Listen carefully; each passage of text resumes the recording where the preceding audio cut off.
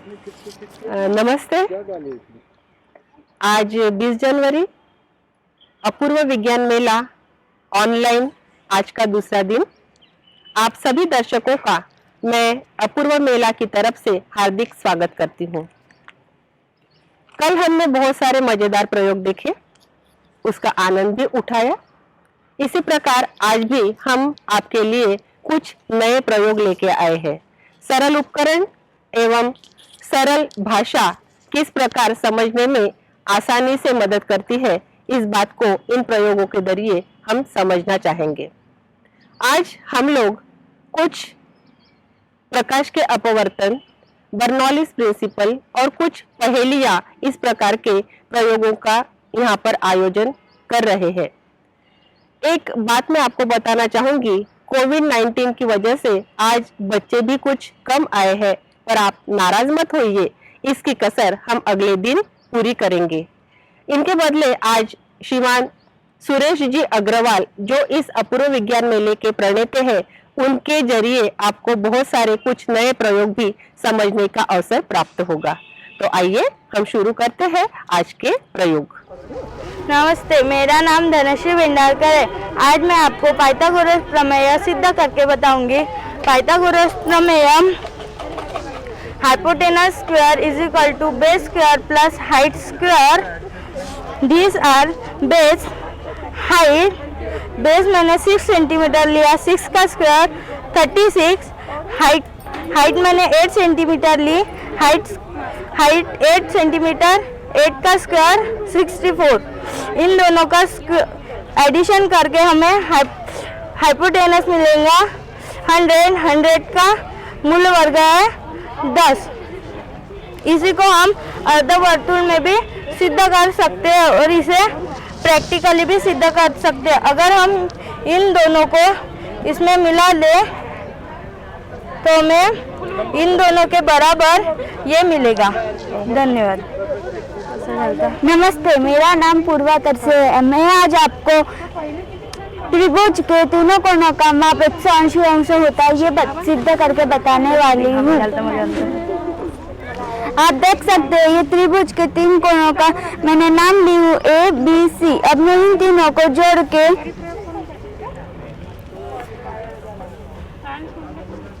अर्धवर्तुल बनाई। अर्धवर्तुल का योगफल 180 अंश होता है। उसी प्रकार मैं अब आपको चतुर्भुज का योगफल 360 अंश होता है ये मैं सिद्ध करके बताऊंगी।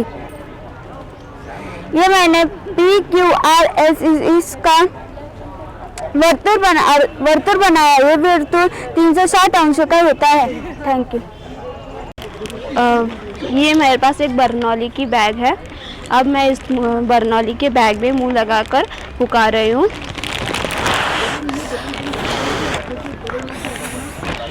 ये नहीं फूल रही है क्योंकि हमारी उतनी क्षमता नहीं होती है इस बैग को फुलाने की। अब मैं इसको दूर रखकर फुका रही हूँ।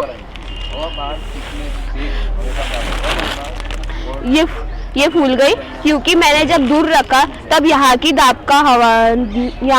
हवा का दाब कम हुआ और बाहर की ज़्यादा दाब वाली हवा अंदर आई, अंदर चली गई, जिस वजह से ये बैग फूल गई। अब इसी श्रृंखला में आगे दूसरा प्रयोग।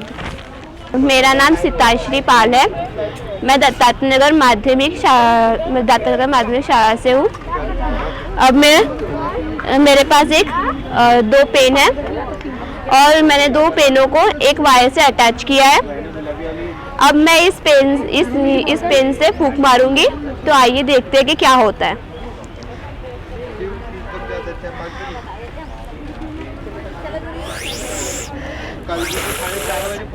ये एक पहेली है, क्या आप जानते हैं? अब देखिए, आपको ये ग्लास जुड़े हुए दिख रहे हैं और अंदर 2 बॉल। आपको बॉल अलग करना है। क्या आप कर सकते हो? कैसे करोगे दिखाइए। पहले ऊपर खेलो। इसने खड़ा रखा, ये अलग नहीं हुए। इसने आड़ा रखा, ये अलग नहीं हुए। अब देखते हैं। अरे इसने गोल घुमाया तो ये अलग हो गए। अब ऐसा क्यों हुआ? क्योंकि बॉल जब सेंटर में थे तब गोल घुमाने पर उस पर बॉल अलग करने वाला जो बल रहता है, जिसे हम केंद्रीय अपसारी बल या सेंट्रीफ्यूगल फोर्स कहते हैं, उसके कारण दो बॉल अलग हो गए। और गोल घूमते वक्त ये सेंट्रीफ्यूगल फोर्स बॉल पर एक्ट होता है, इसलिए दो बॉल अलग अलग होते हैं। धन्यवाद। Good afternoon. मेरे प्रयोग का नाम पांडुबी है और मेरा नाम खुशहाल राजेश लांजर है। मेरे स्कूल का नाम दत्ता नगर माध्यमिक शाला है। आप यह देख रहे हैं, मेरे पास एक छोटी सी प्लास्टिक की बोतल है और इसके तले के पास एक छेद है और ऊपर एक नली लगी हुई है। इसमें मैंने एक भारी कंचे डालकर इसका ढक्कन बंद कर दिया है। आप ये देखते हैं मैंने अपना प्रयोग कैसे किया है। मेरा प्रयोग ऐसा है कि पांडुबी का काम भी करता है। तो पांडुबी आपको पता है कि कैसी जाती है, नीचे भी जाती है और ऊपर भी आती है। यही मैं अपने प्रयोग में बताने वाला हूँ। देखिए, मैं भी ये बोतल को पानी में डाल रहा हूँ। उसी की वजह से ये जो मकई के दाने नीचे है वो क्रिया होकर ऊपर काला हो जाएगा। अगर स्पिरिट लैम्प नहीं है तो भी आप प्रयोग करें। आप देख रहे हैं बोतल अंदर डूब गई है। ऐसे ही पांडुबी वैसी करती है, नीचे भी जाती है और ऊपर भी आती है। मैं ये बोतल को अभी ऊपर लाऊंगा।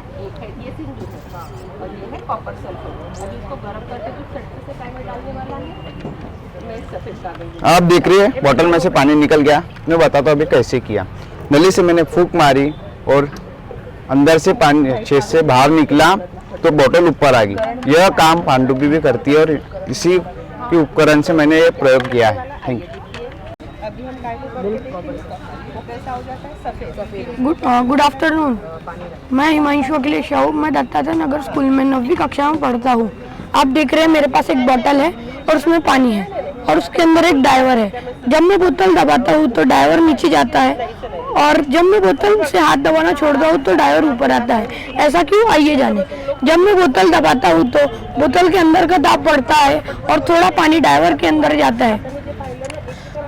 इसी कारण और डायवर का घनत्व बढ़ता है, इसी कारण वो नीचे जाता है।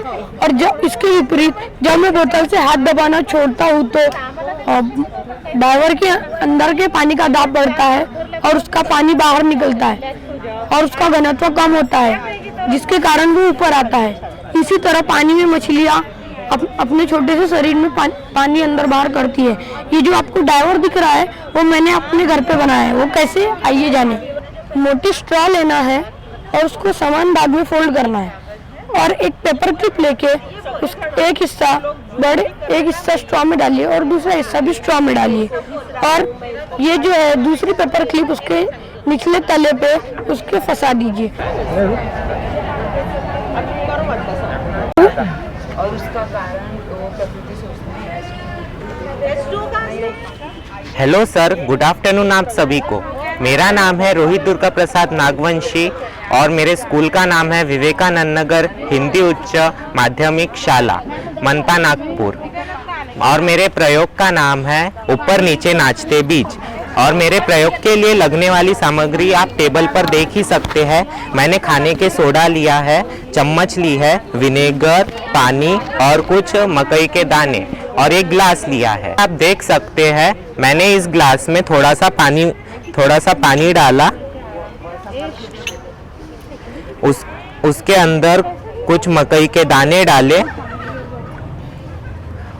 ऊपर से थोड़ा खाने का सोडा मिलाया।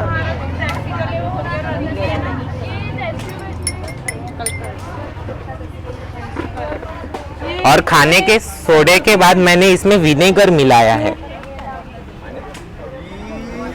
अरे जैसे कि आप देख सकते हैं कार्बन डाइऑक्साइड, विनेगर डालने से कार्बन डाइऑक्साइड के बुलबुले उत्पन्न हुए और उन्होंने मकई के दानों को नीचे से ऊपर की ओर फेंक दिया। जब तक इस ग्लास में विनेगर और सोडे की वजह से कार्बन डाइऑक्साइड के बुलबुले उत्पन्न होते रहेंगे, ये बीज ऊपर नीचे जाते ही रहेंगे। Thank you. Good afternoon everyone, my name is Durgesh Mahesh Durve और मेरे स्कूल का नाम है विवेकानंद नगर हिंदी माध्यमिक शाला, महानगर पालिका, नागपुर।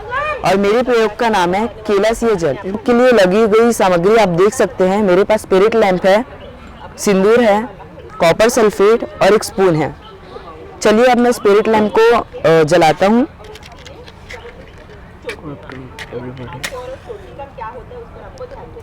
आप देख सकते हैं मेरे हाथ में कॉपर सल्फेट है, इसका रासायनिक सूत्र है CuSO4.5H2O। चलिए हम इसे गर्म करते हैं और देखते हैं क्या होता है।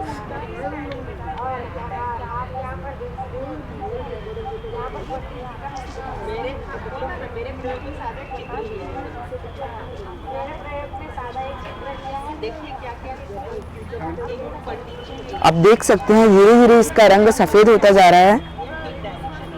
ऐसा क्यों हुआ होगा, सोचिए ज़रा। चलिए समझते हैं।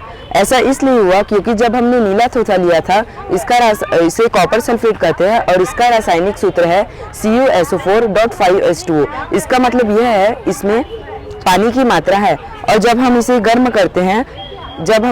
करते हैं तो ऊष्मा देने के कारण इसकी केलासीय रचना से पानी बाहर निकल जाता है और यह सफ़ेद चूर्ण बन जाता है। चलिए इसमें हम फिर से पानी डालकर देखते हैं और देखते हैं कि ये सफ़ेद होता है कि नहीं। आप देख सकते हैं इसने अपना रंग पूर्वरत धारण कर लिया। चलिए अब यही प्रयोग हम सिंदूर के साथ कर देखते हैं। आप देख सकते हैं मेरे हाथ में सिंदूर है। चलिए इसे हम गर्म करते हैं।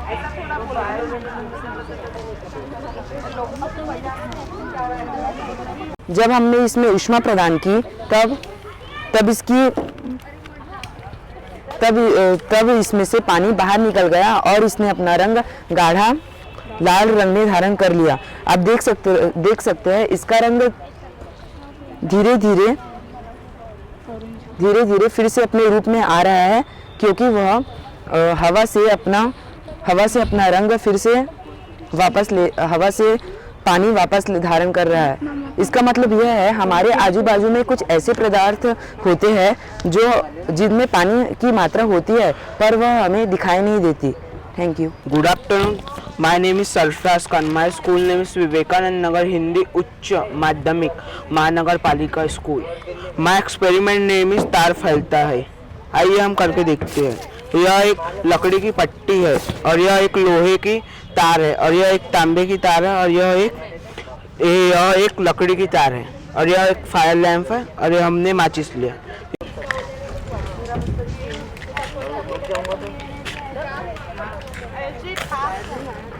अब हम तार को गर्म करेंगे। सर आपने देखा कि मैंने तार को गर्म किया तो लकड़ी नीचे गिर गई। ऐसा क्यों सर? आइए सर हम समझते हैं। ऐसा इसलिए हुआ कि गर्म करने पर धातुओं का प्रसरण होता है और हमने यहाँ पर तांबे को गर्म किया तो तांबे का प्रसरण हुआ और लंबाई बढ़ गई, जिसके कारण तार के बीच का लंबाई बढ़ गई और लकड़ी नीचे गिर गई। माय एक्सपेरिमेंट नेम इज सीटी बजाती हुई पाइप। आइए हम करके देखते हैं मेरा प्रयोग।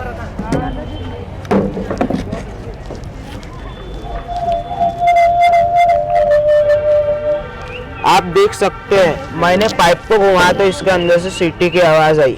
ऐसा क्यों? आइए हम समझते हैं।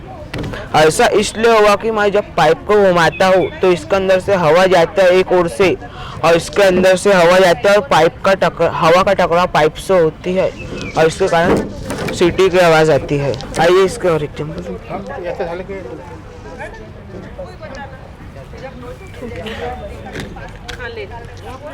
हम तो इसे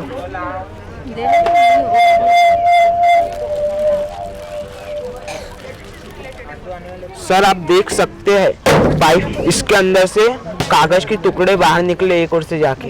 ऐसा क्यों हुआ? ऐसा इसलिए हुआ कि हवा इसके अंदर से जाती है एक छोर से और उसके साथ साथ कागज भी अंदर जाती है और दूसरे छोर से हवा पाइप से टकरा के बाहर निकल जाती है। Thank you. My experiment name is electric scope. आइए हम करके देखते हैं क्या होता है। यह एक कांच की बर्नी लिया हूँ और ढक्कन को मैंने छेद करके यह लोहे की तार लिया हूँ और यह 2 एल्यूमिनियम की पट्टियाँ है और यह स्केल है। अब मैं इसे बालों पे घिसता हूँ। क्या होता है आपको देखना है। अब आपको देखना है इसको। अब आपको देखना है एल्यूमिनियम की पट्टी को क्या होगा। आप देख सकते हैं एल्यूमिनियम की पट्टी दूर जा रही है। ऐसा क्यों? मैं आपको समझाता हूँ। क्योंकि मैं जब बाल के घर्षण के कारण स्केल आवेशित हो गई और तार भी आवेशित हो गई और एल्यूमिनियम की पट्टी भी आवेशित हो गई। दोनों आवेशित होने के कारण पट्टियों में प्रतिकर्षण होती है और यह प्रतिकर्षण होती है। Thank you sir. Good afternoon sir, मेरा नाम है मानसू वर्मा। मैं विवेकानंद नगर हिंदी माध्यमिक शाला महानगर पालिका का विद्यार्थी हूँ। मेरा प्रयोग का नाम है कागज़ के खंभे कितने मजबूत। आइए देखते हैं इसमें प्रयोग में कौन सा सामग्री लगा। यहाँ हमने कागज़ के खंभे लिए हुए हैं और हम यहाँ लकड़ी की पट्टी लिए हुए हैं। यह हम कागज़ के खंभे पर रखेंगे।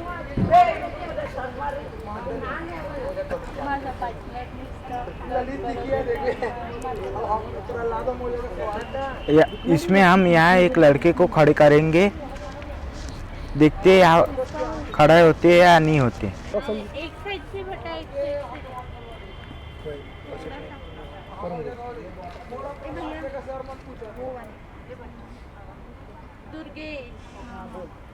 मंजा लगा सर, मंजा लग गया वहाँ पर।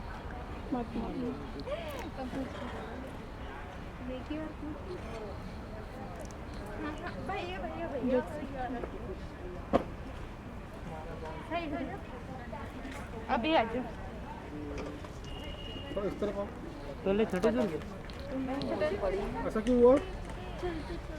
कागज के खंभे पर रखे गए पट्टियों के कारण बच्चे का वजन सभी खंभों पर समान मात्रा में फैल गया है, जिस कारण एक खंभे पर बहुत कम वजन आता है।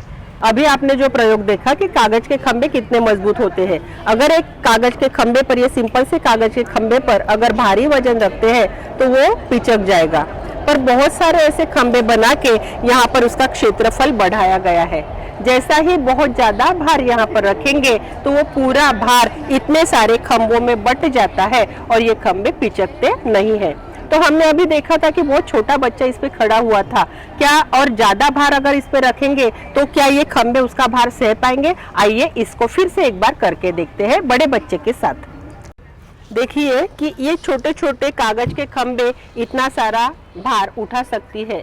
जब ये सारे खंभे यहाँ पे लगे तो उसका क्षेत्रफल बढ़ गया और इतने सारे क्षेत्रफल पर इसका पूरा भार बढ़ गया, इसलिए अधिक भार भी ये कागज के खंभे सह सकते हैं।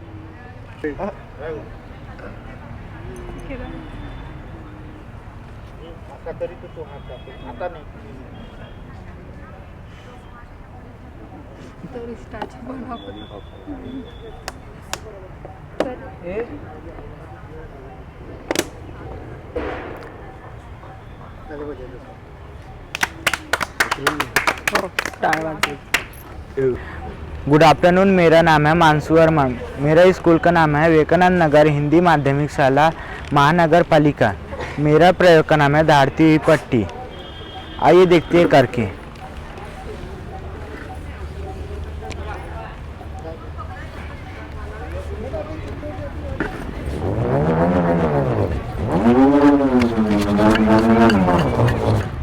पट्टियों को हवा में घुमाने पर वह खुद के चारों ओर घूमते हुए गोल भी घूमती है। वह घूमने के कारण पट्टियाँ आसपास की हवाएं कंपनी निर्माण करती है। इन्हीं कंपनों के कारण आवाज़ निर्माण होती है। यह कंपनी हमारे कानों तक पहुँचती है और हमें आवाज़ सुनाई देती है। Thank you. Good afternoon sir, मेरा नाम है सीमा वर्मा। मैं विवेकानंद नगर हिंदी माध्यमिक एनएमसी स्कूल की विद्यार्थिनी हूँ। हमने यहाँ पर एक वाइट पेपर लिया है और जासन का फूल। अब देखते हैं कि हम इस फूल को कागज पर घिसेंगे। न्यूज़पेपर ही ठंडा है रे। यह देख सकते हैं कागज रंगहीन हो गया। अब इस पर हम दूसरा न्यूज़पेपर ले लें। नींबू का रस डालेंगे। अरे गाड़ी का टीचर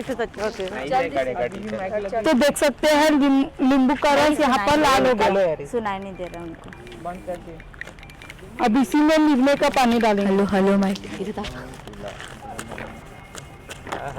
तो देख सकते हैं यहाँ पर नीला हो गया, क्योंकि जासन का फूल अम्ल में लाल होता है और यहाँ पर अम्ल हमने नींबू लिया और उसी प्रकार शार में नीला हो जाता है और हमने यहाँ पर शार नीले का पानी लिया। अब उसी प्रकार ये वाला प्रयोग देखते हैं। बदली कर यहाँ पर हमने सूचक के रूप में हल्दी का पानी लिया और क्षार के रूप में निर्मे का पानी और अम्ल हमारे पास नींबू का रस है। हम यह हल्दी का पानी 2 ग्लासों में डिवाइड कर लेंगे। देखिए अभी इस हल्दी के पानी में हम निरमे का भी पानी डालेंगे। देख सकते हैं यहाँ पर हल्दी और निरमे का पानी एक साथ लेने के कारण यह पानी लाल हो गया। अब इसी पानी पे हम नींबू का रस डालेंगे। देखते हैं रंग कौन सा कलर का होता है। मेरा मास्क कहाँ है? यह देख सकते हैं अब रंग पीले कलर का होगा पहले जैसे।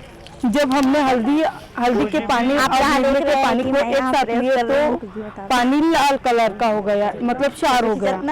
और उसी पानी में हमने नींबू का रस डाले तो वह अपने पहले के रूप में आ गए, मतलब पीला कलर हो गया, क्योंकि सूचक के रूप यह हल्दी का पानी एक सूचक के रूप में है। Thank you. मेरा नाम विकास है। मैं संजय नगर हाई स्कूल में पढ़ता हूँ और मेरा प्रयोग का नाम है हिलती हुई चोटी। यहाँ पर साधारण सा चित्र है और मैं आपको दिखाने जा रहा हूँ। ये देखिए साधारण सा चित्र और इसकी आंखें की पुतली इधर है और इसकी चोटी भी इधर है। आपको दिख रहा होगा। मैं इसके ऊपर कागज की पट्टी घुमाऊंगा और आपको हिलती हुई नजर आएंगी। देखिए दिख रही है आपको, बहुत ही मज़ेदार है, इसलिए ये हिलती हुई दिखाई दे रही। क्योंकि मैं इसे हम किसी भी चित्र को देखते हैं तो उसकी छवि हमारे मस्तिष्क पर 1/10 सेकंड तक अंकित रहती है। अगर हम उसी समय दूसरे चित्र को देखते हैं तो दोनों चित्रों को हमारा मस्तिष्क जोड़ देता है और हमें हिलती हुई चोटी दिखाई देती है। इसी तरह ये है, देखिए इस तरफ तोता है और इस तरफ उसका पिंजरा। मैं इसको गोल घुमाऊंगा, आपको पिंजरा तोते पिंजरे के अंदर दिखेगा। दिख रहा है? इसी तरह मेरा प्रयोग है। Thank you.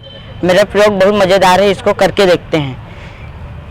मैं इसको पेन को, मेरे हाथ में एक पेन लिया, इसको मैं छोड़ा, इसको पकड़ा, छोड़ा, पकड़ा। ये चीज़ मेरे फ्रेंड के साथ करता हूँ। अरे आप तो एक बार और। ऐसा क्यों हुआ?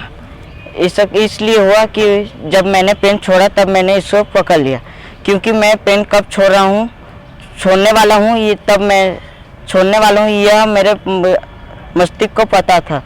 लेकिन दूसरी बार मैंने पेन कब छोड़ रहा हूँ इसको पता नहीं था, इसलिए पेन नीचे गिर गया। मेरा नाम हंसराज है और मेरे प्रयोग का नाम है एक गिलास पानी में कितने सिक्के। यह पानी लबालब भरा हुआ है, पर क्या आप जानते हैं कि मैं यह सिक्का गिलास में डालूंगा तो पानी नीचे गिरेगा या नहीं? आओ देखते हैं।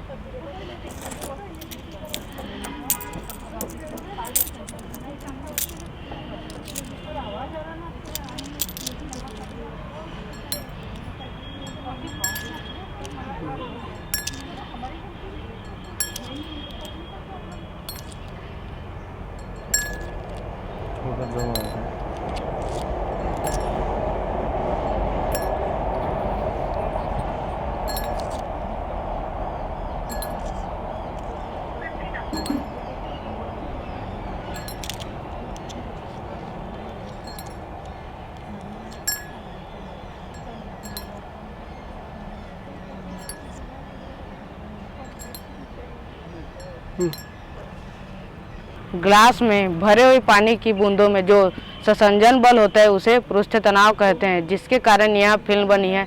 यह पानी के अणु एक दूसरे से पकड़कर बने रहते हैं। यह फिल्म जब कमज़ोर हो जाएगी तब पानी नीचे गिरेगा। इससे हमें पता चलता है कि फिल्म कितनी मजबूत है। मित्रों, आज बच्चे कम आए, आप कारण समझ ही सकते हैं। कोरोना नागपुर में काफ़ी बढ़ा हुआ है,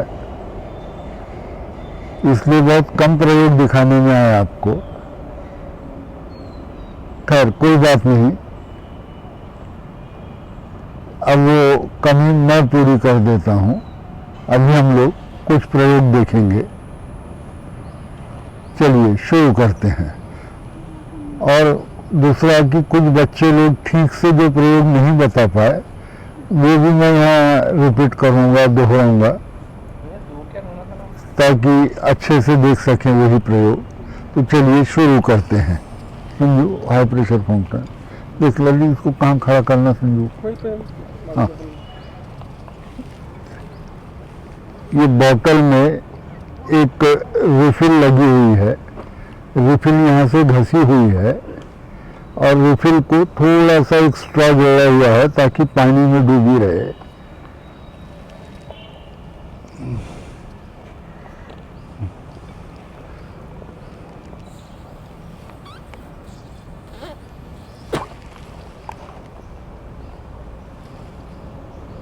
और एक बार कर लें।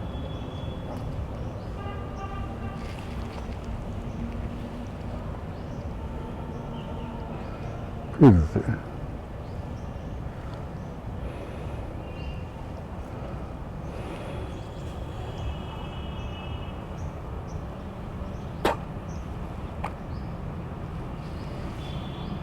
हाँ वो दे दे मेरे को।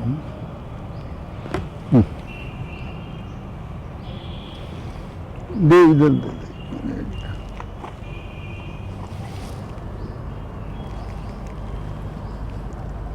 खोल। हाँ। अब इसमें हुआ क्या है कि इसमें पहले हवा थी, एक निश्चित मात्रा में हवा थी जिसका दाब बाहरी वायुमंडल की हवा के बराबर था। अब हमने इसमें और हवा डाल दी है और एक्स्ट्रा हवा हमने फूंक के डाले, या इसको और थोड़ा सही शब्दों में कहेंगे तो यहाँ हवा के बहुत सारे जो मिक्सचर रहता है, बहुत सारे हवा के कण थे, हमने हवा और डाल के उसकी मात्रा बढ़ा दिए, कणों की मात्रा बढ़ा दिए, तो वो बढ़ने से हवा का दाब बढ़ गया। यहाँ दाब ज़्यादा हो गया, बाहर उस तुलना में कम था, तो ये हवा ने पानी को नीचे दबाया और पानी यहाँ से कम दाब की ओर निकला फव्वारे के रूप में। अब इसी को हम थोड़ा और अलग तरीके से करेंगे कि अब अंदर भीतर दाब बढ़ाने का एक और तरीका हो सकता है कि अगर हम समझिए ये प्लास्टिक की बोतल,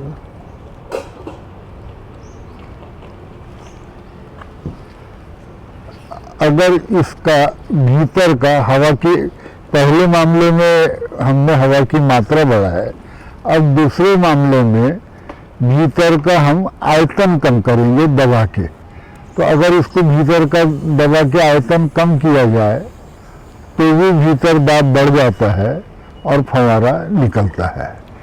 तीसरा एक और तरीका हो सकता है कि अगर हम भीतर की हवा को गर्म करें तो गर्म करने से जो एयर मॉलिक्यूल्स है उनकी गति बढ़ जाती है, ज़्यादा मात्रा में टकराहट होती है और तेज गति से वो टकराने लगते हैं।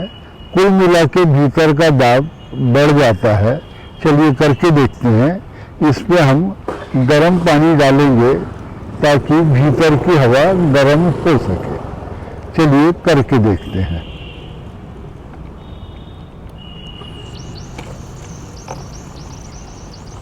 साइड से हाँ,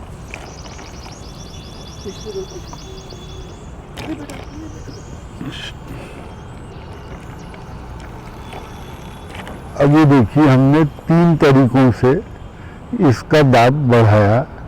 भीतर का दाब बढ़ा, बाहर का उतना ही रहा, इस तुलना में कम, और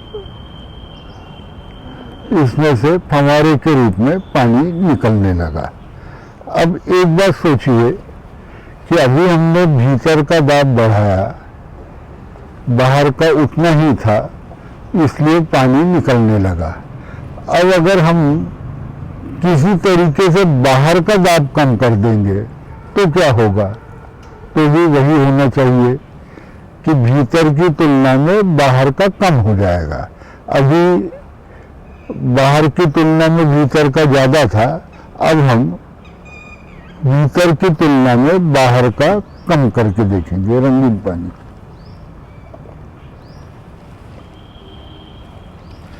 ये देखिए ये बॉटल, इसमें यहाँ एक रिफिल लगी है, यहाँ एक रिफिल लगी है, यहाँ स्ट्रॉ लगी है, अब हम हवा खींचकर इस बोतल के भीतर का दाब कम करेंगे।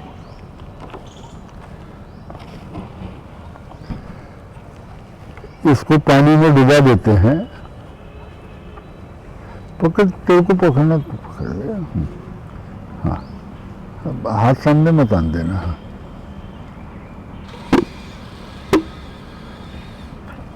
हाँ, हाथ सामने नहीं। अच्छा ऐसा पकड़ बस। हाँ, मैं पकड़ता हूँ। हाँ, कहाँ से खींचता है? हाँ। अब आप देख सकते हैं कि बोतल के भीतर पानी का फव्वारा निकल रहा है। भीतर का दाब कम हो गया, बाहर का उतना ही है। हवा पानी को कम दाब से अधिक दाब से कम दाब की ओर धकेल रही है। ठीक,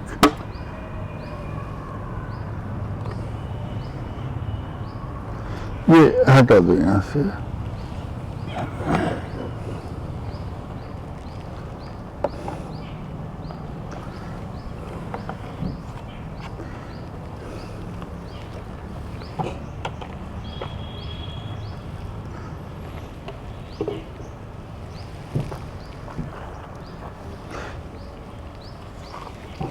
इसको नहीं रखते। चलिए अब एक प्रयोग और देखेंगे। आप जानते ही होंगे कि पानी का दाब उसकी ऊंचाई पर निर्भर करता है।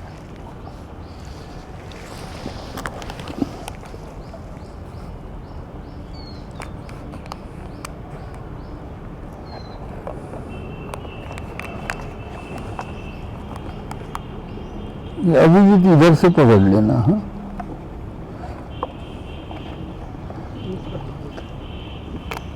एक मिनट में इसको डुबा के भर के ले आओ। यहाँ बोतल। हाँ, इसको भर लेते हैं हम लोग। पहले ये इसमें बोतल में 2 स्ट्रॉ लगे हुए हैं। दोनों एक जैसी स्ट्रॉ है, लंबाई मोटाई दोनों की बराबर है। बोतल में पानी भर लेंगे।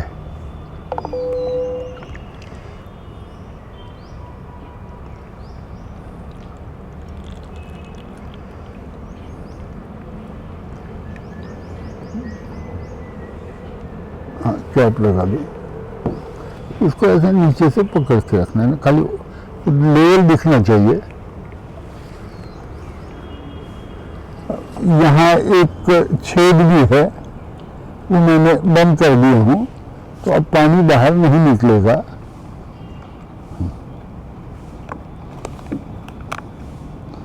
हाँ।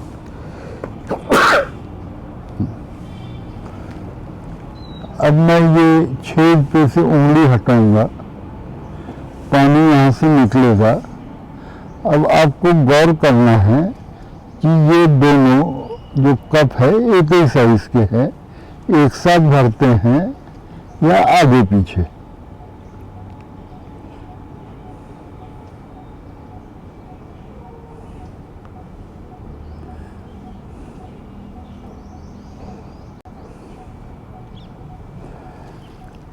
लगभग एक साथ भरे हैं।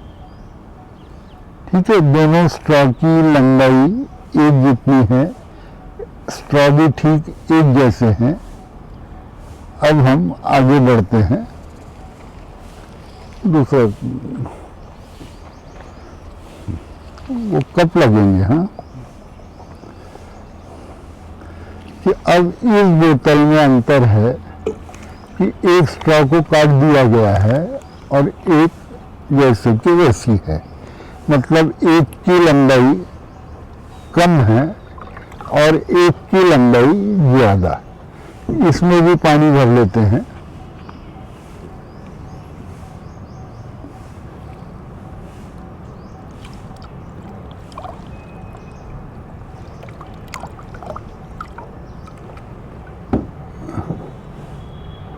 बंद करना पड़ेगा।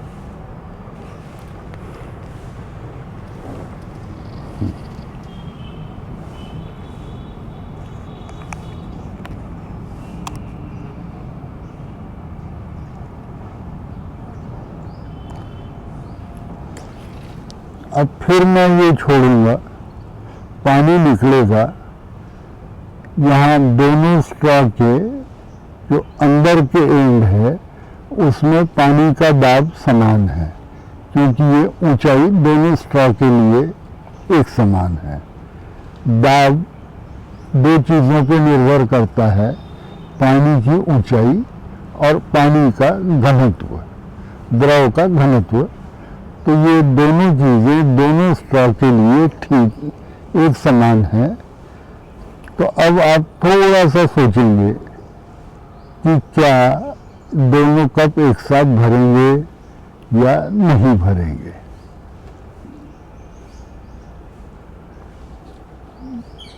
चलिए करके देखते हैं।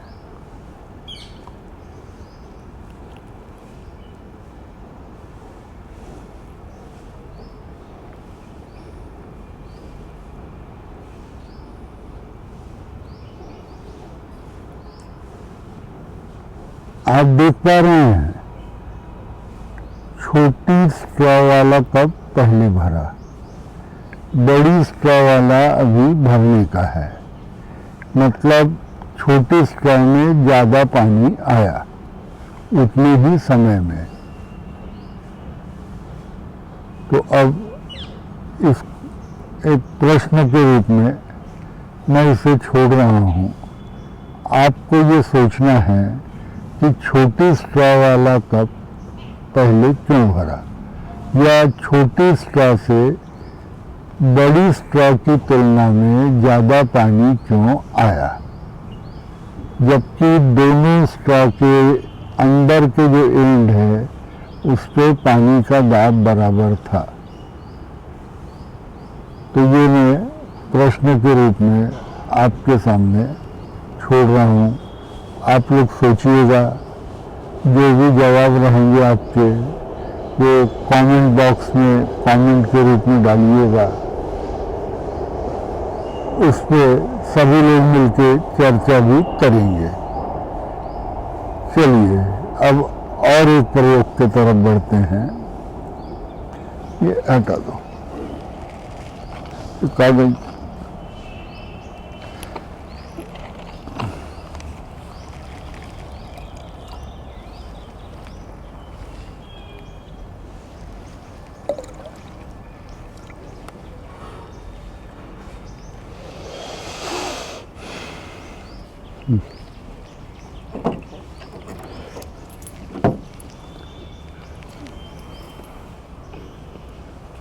ये स्लोप है शायद।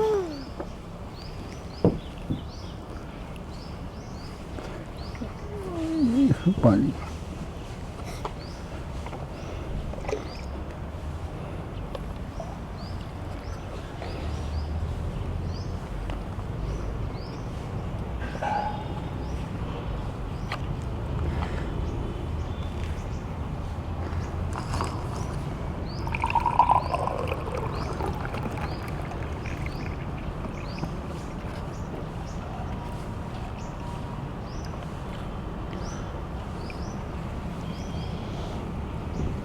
थोड़ा इधर चीज उठाना पड़ेगा, पानी इतनी है नहीं, ठीक है। मेरे नीचे व्हाइट पेपर है, तो क्या है कवर जो और उसका जो है ना कलर एक जैसा ठीक है। हाँ रखो। नहीं इधर लेवल नहीं इसको वो बराबर इसको नहीं ये लेवल बराबर है। लेवल की बात कर रहा हूँ मैं। यहाँ थोड़ा ऊंचा है ना इधर में, थोड़ा इसको ऐसे आप तो नहीं। हाँ देखो वो करीब होगा वो।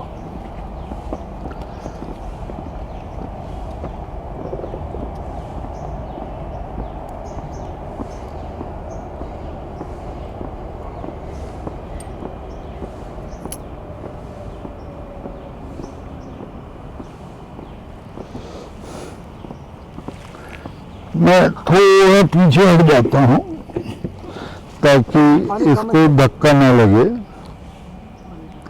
तो इधर से हो गया है ना पूरा।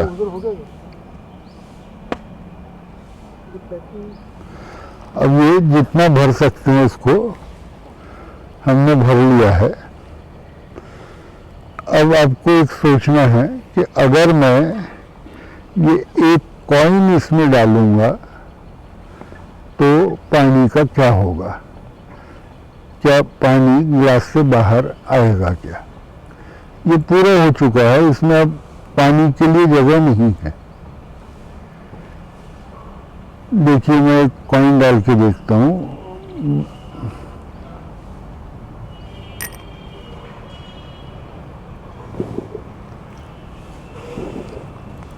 ये कॉइन तो चला गया। अब एक कॉइन और डाल के देखता हूँ।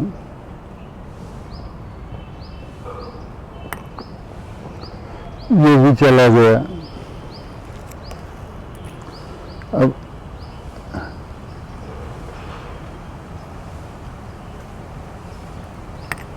ये भी चला गया। चलिए कॉइन डालने की जगह हम लोग ये पेपर क्लिप्स डाल के देखते हैं।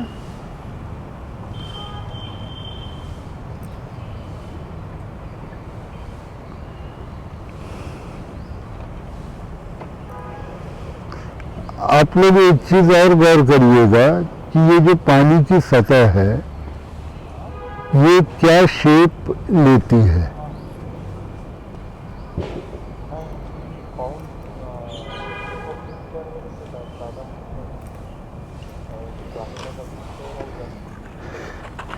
एक एक डालने में तो बहुत समय लग जाएगा। चलिए थोड़ी ज़्यादा डाल देते हैं।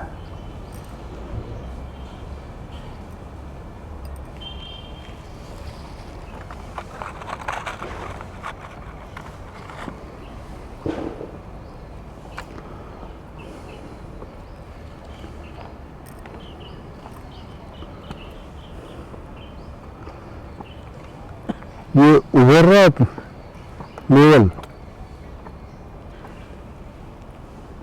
ललित उभरता हुआ दिख रहा है लेवल। एक मैं कैमरा थोड़ा सा नीचे कर लेता हूँ दिखाने के हिसाब से। एक मिनट थोड़ा कैमरा एडजस्ट कर लेते हैं।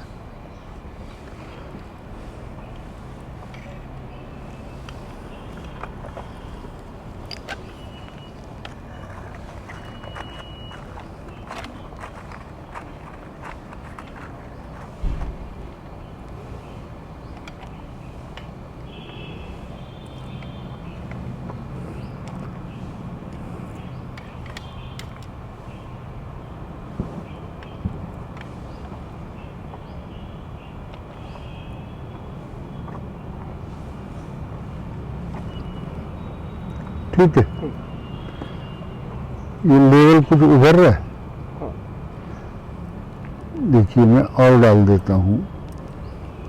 रहे होंगे तो ये जो पानी की सतह है ये थोड़ी कॉन्वेक्स उत्तल होती जा रही होगी।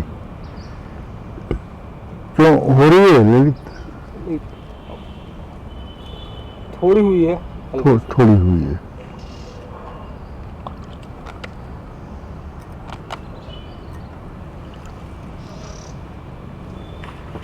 अब एक ग्लास में ग्लास की कैपेसिटी से ज़्यादा पानी आ गया है।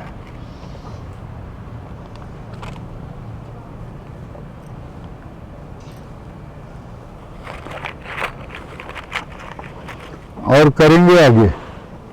चलिए करके देख लेते हैं।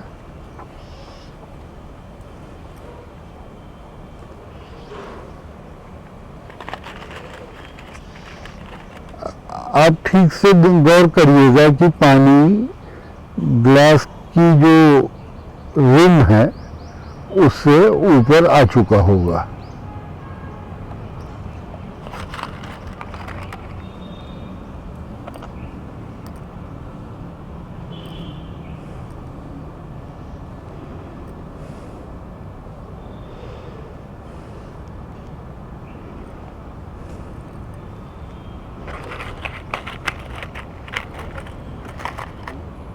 ठीक है ललित,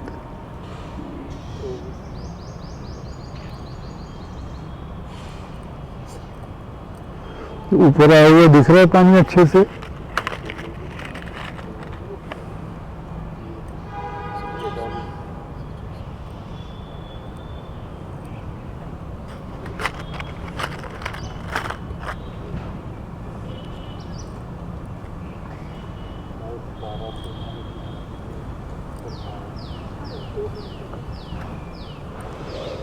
बस अब छलकने के करीब करीब आ रहा है मामला।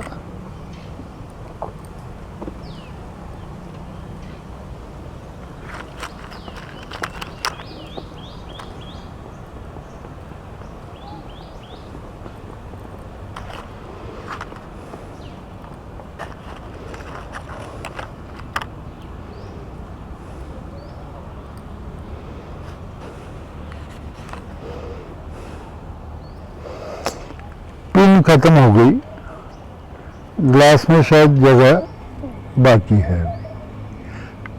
फिर से मैं दोहरा रहा हूँ, गौर करिएगा कि जो सतह ऐसी थी अब ऐसी हो गई, दिख रही है अच्छे से। हाँ। चलिए और एक कॉइन डाल के देखते हैं।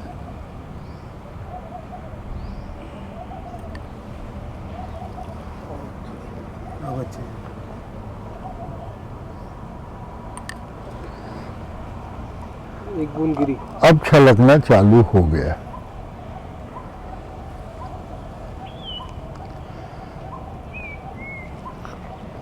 दरअसल जो पानी की सतह रहती है ना, वो एक तनी हुई चादर सी रहती है। पानी के जो सतह के मॉलिक्यूल्स रहते हैं वो एक दूसरे को काफी मजबूती से पकड़ के रखते हैं और उस वजह से ये एक तनी हुई चादर सी बन जाती है जो आसानी से नहीं टूटती। उसको तोड़ने के लिए भी कुछ ताकत लगती है। तो ये जो सतह थी, नीचे से पानी उसको दबाते गया, वो बजाय टूटने के वो ऊपर की तरफ उभरती गई, कॉन्वेक्स या उत्तल होती गई, और उसकी भी एक सीमा रहेगी। एक सीमा के बाद वो यहाँ कहीं से चादर क्रैक हो गई और वहाँ से पानी निकलने लगा। तो ये जो चादर का तनाव रहता है, खिंचाव रहता है, बस इसे ही हम लोग पृष्ठ तनाव, सरफेस टेंशन कहते हैं। चलिए और एक प्रयोग।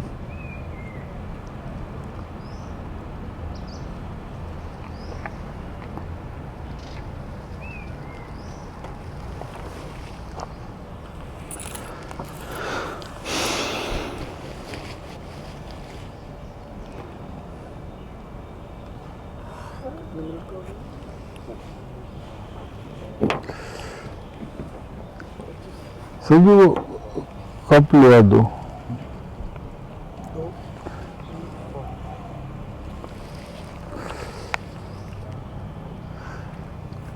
फिर एक सवाल, भर देना इसको।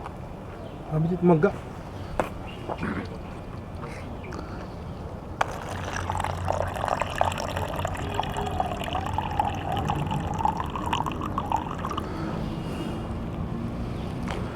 दोनों ग्लास एक ही साइज के हैं।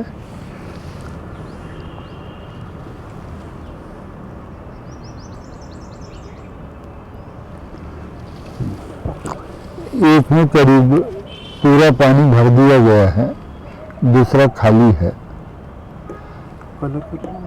हाँ, कलर लेते ठीक है।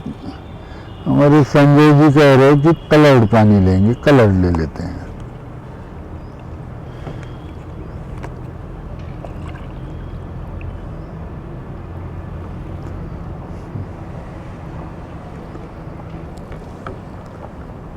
अब छोटी सी बात पूछ रहा हूं कि क्या ये ग्लास इस पे तैरेगा? स्वाभाविक है कि तैरेगा।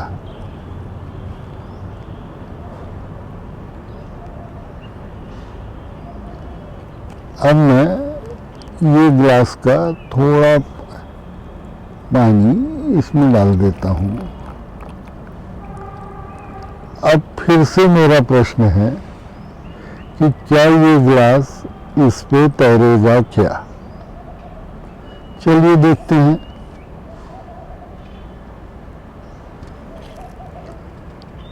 तैर रहा है।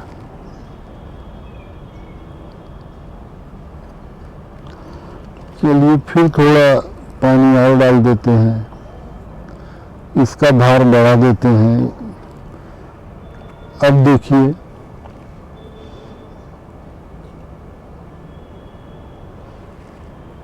अभी भी तैर रहा है। थोड़ा और बढ़ा के देखते हैं।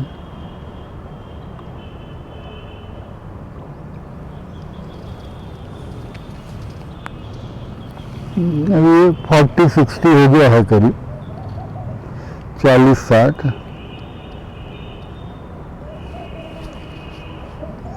अभी भी तैर रहा है। चलिए अब मैं थोड़ा थोड़ा करने की जगह कुछ ज़्यादा पानी ले लेता हूँ।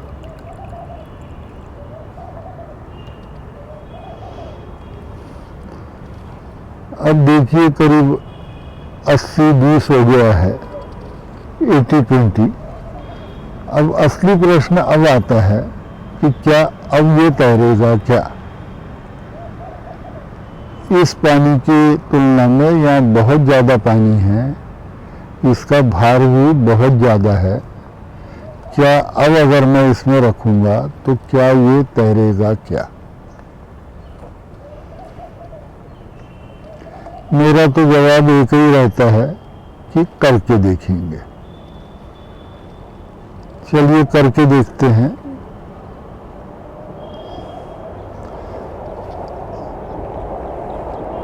अभी भी वो तैर रहा है। थोड़ा और बढ़ा के देख लेते हैं।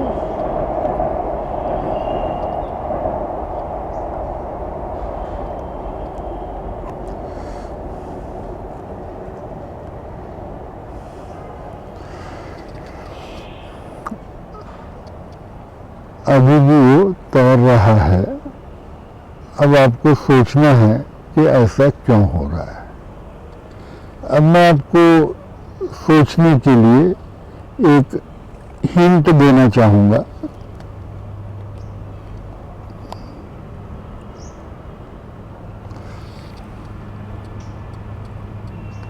एक क्लू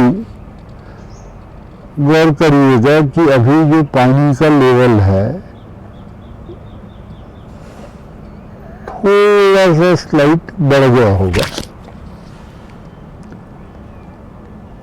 अब इसको गौर करिएगा, लेवल को ध्यान रखिएगा, दिमाग में रखिएगा लेवल कितना था।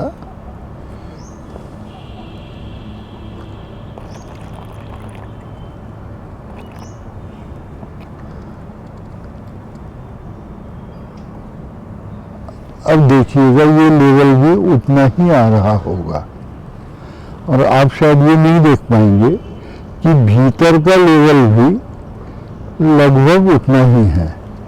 मतलब बाहर का लेवल, भीतर का लेवल दोनों बराबर है और जो पहले था उसके बराबर है।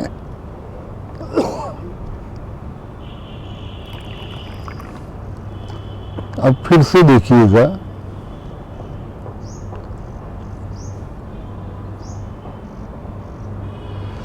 फिर लेवल उतना ही पहुंच गया और भीतर का और बाहर का भी बराबर है।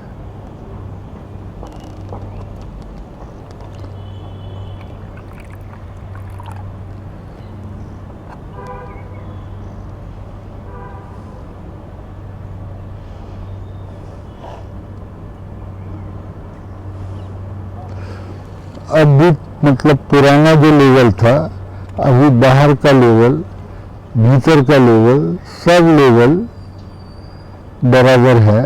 तो ये एक क्लू हो गया। इसमें हम इतना मान लेंगे कि जो ग्लास का भार है वो नगण्य है। ये हम मान के चलेंगे तो सोचने में सुविधा होगी। तो आप लोग सोचिएगा, हम लोग एक और अगले प्रयोग की तरफ बढ़ जाते हैं कि बच्चे आज कम आए हैं, इसलिए उनकी कमी मैं पूरी कर रहा हूँ। आपको और कुछ प्रयोग दिखाऊंगा।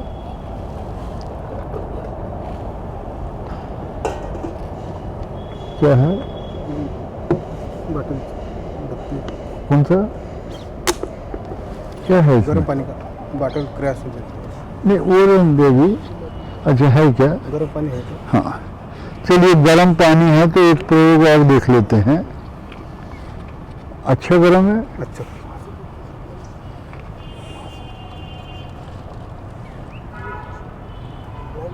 निकल लो। नहीं, एक मिनट। गर्म पानी हमने इसमें भर लिया, थोड़ा देर रहने दिया। अब गर्म पानी निकाल लेते हैं और तुरंत बोतल बंद कर देते हैं। अब देखिएगा बोतल का क्या होता है। ठंडा पानी, ये ट्रे लगेगी। हाँ, अब आप देख सकते हैं बोतल पिचक रही है, चपक रही है।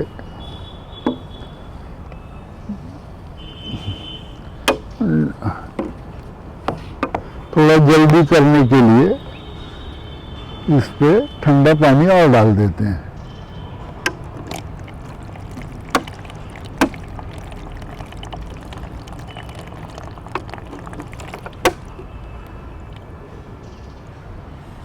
देख सकते हैं आप बॉटल का क्या हाल हुआ। बेचारी बॉटल। सोचिएगा ऐसा क्यों होता है? बड़ा सरल सी बात है।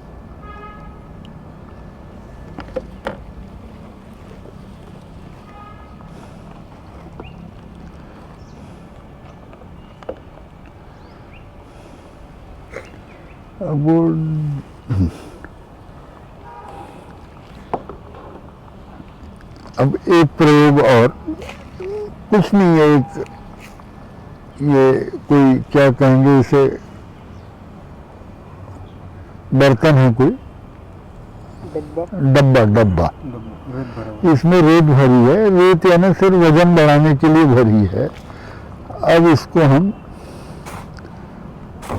यहाँ घुमा के देखते हैं। बड़ी मुश्किल से घूमती है,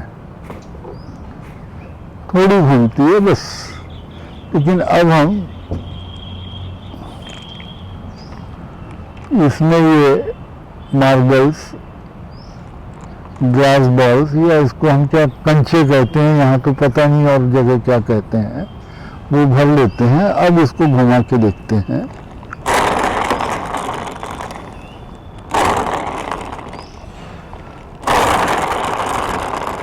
बड़ी आराम से घूमती है। वही डिब्बा है, वही भार है। सर, क्या हम इसे बेरिंग भी कह सकते हैं? हाँ, बिल्कुल। जो हमारे बॉल बेरिंग रहते हैं, बस वो इसी ढंग से काम करते हैं। उसमें ऐसे साइड में ये मेटल के बॉल्स लगे होते हैं। इसमें नीचे है, वो साइड में होते हैं। ये जो घर्षण हो रहा है इसमें और इसके बीच में, यानी ये दो सतह में, इसको स्लाइडिंग फ्रिक्शन बोलते हैं, घसरने वाला फ्रिक्शन। और यहाँ जो हो रहा है इसको रोलिंग फ्रिक्शन कहते हैं। और कभी भी स्लाइडिंग फ्रिक्शन से रोलिंग फ्रिक्शन बहुत कम रहता है, लगभग उस तुलना में नगण्य के बराबर आ जाता है। इसलिए ये बड़े आसानी से घूम पा रही है।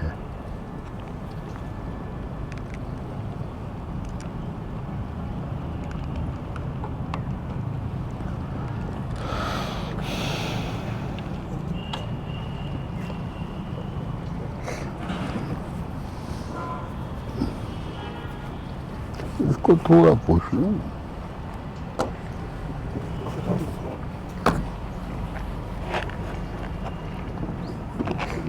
कि जहाँ डबल डेकर बस रहती है 2 मंजिली, तो वहाँ प्रायः जो कंडक्टर रहता है वो जब तक नीचे का न भर जाए तब तक पैसेंजर्स को ऊपर अलाउ नहीं करता, पहले नीचे का भरता है।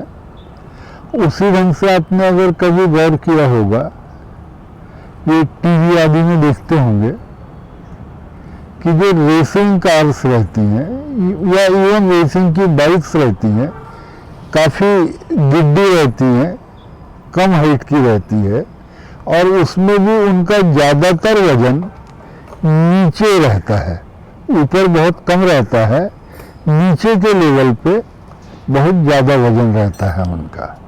तो ऐसा क्यों होता है, थोड़ा सा हम उसको एक वैज्ञानिक दृष्टि से समझने की कोशिश करेंगे।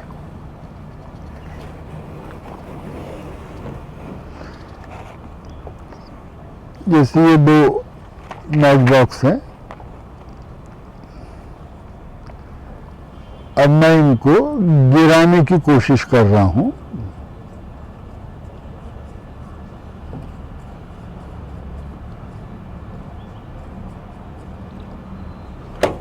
तो करीब करीब एक साथ गिरे। फिर एक बार,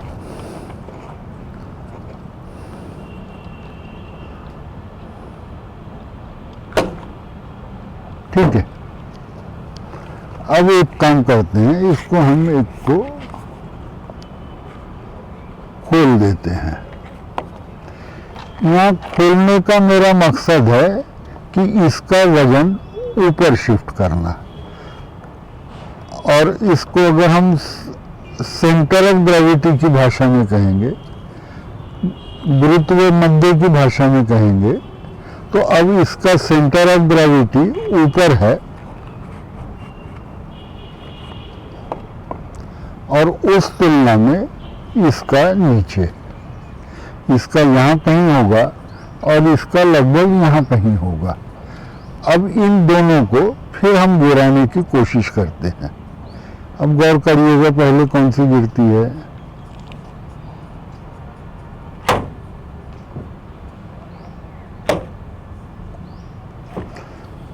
फिर से देखेंगे एक बार और हम आगे समझिए। चलिए छोड़िए, ये प्रयोग करते समय ये सारी चीजें होती है, प्रयोग का ही हिस्सा है।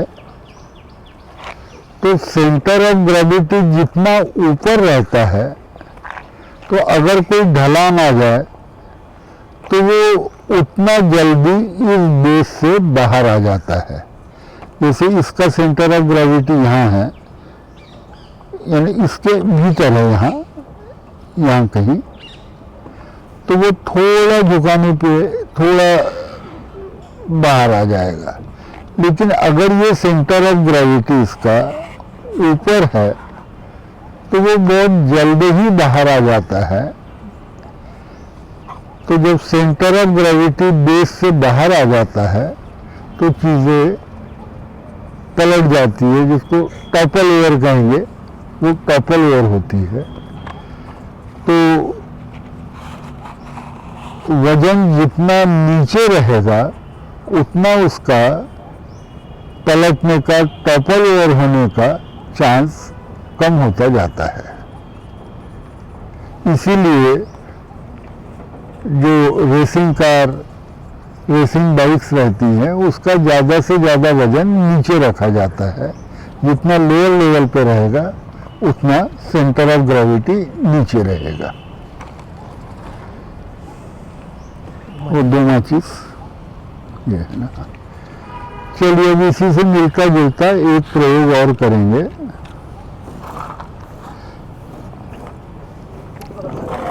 अभिजीत आ जाना इधर। हाँ, ये देखिए, मैं एक मैच बॉक्स है, माचिस है, इसको मैं छोड़ता हूँ। ये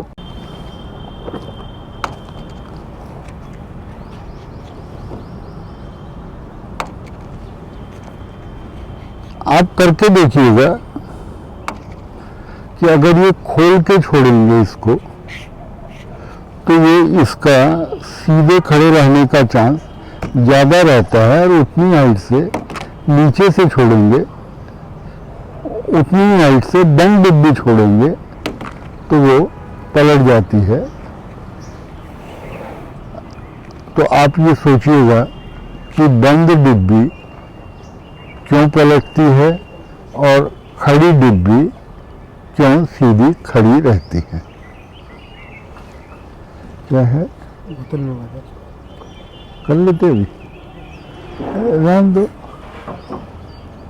डिब्बा कैसे खाली होता है, इधर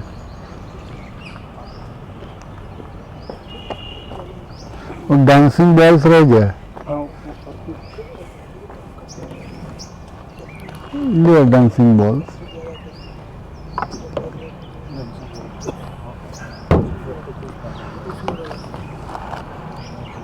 मक्का ये बच्चे ने किया है ये। हाँ किया है क्या, फिर से ये किया है, क्या लिया था, मक्का। चलिए ये ललित जी कह रहे हैं कि बच्चों ने किया है ये, तो बस अब ये हाँ चलिए एक और करके फिर आज बंद करेंगे। फिर मैं वही बात दोहरा रहा हूँ, आज बच्चे काफ़ी कम थे,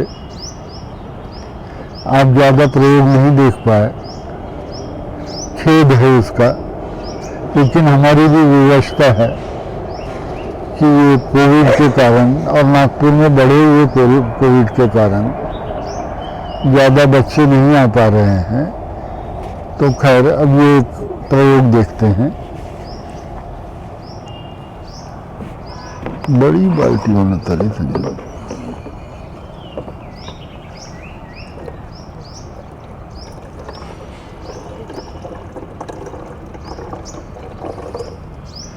मैं इसके बैकग्राउंड से हट जाऊं क्या ललित?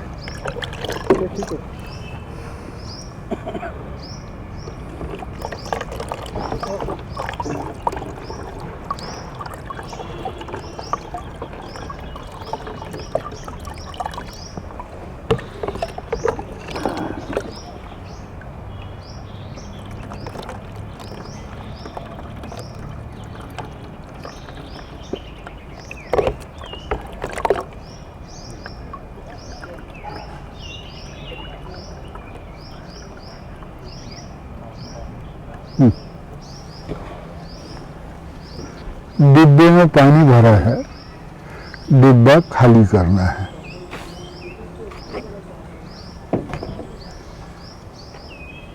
देखिए करते हैं, धार कैसे निकल रही है उस पर गौर करेंगे। अब मैं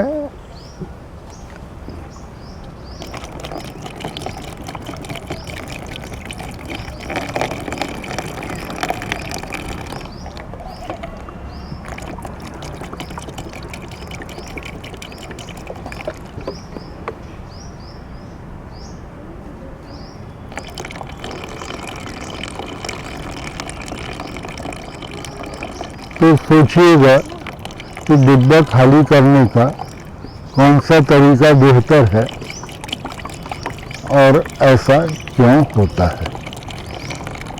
तो फिर आज का विज्ञान मेला आपसे विदा लेता है। कल 12 बजे हम लोग फिर मिलेंगे नए प्रयोगों के साथ। और एक बात मैं आपको फिर दोहरा देना चाहता हूँ कि आप जितने भी प्रयोग यहाँ देख रहे हैं, इनमें से कौन सा सामान आपके घरों में उपलब्ध नहीं है। शायद हर चीज़ आपके घरों में उपलब्ध होगी या आसपास में ही जुगाड़ किया जा सकेगा। तो आप भी ये सारे प्रयोग, इनके अलावा और बहुत सारे प्रयोग आप करके देखिए। अगर आप शिक्षक हैं तो बच्चों को प्रयोग करके दिखाइए, बच्चों की विज्ञान में रुचि बढ़ाइए। अगर रुचि बढ़ेगी तो ही बच्चा विज्ञान सीख सकेगा। कोई भी तभी कोई बात सीख सकता है जब उसको आनंद आए। तो विज्ञान को आनंददायी बनाइए और बच्चों को विज्ञान की ओर प्रवृत्त करिए। धन्यवाद।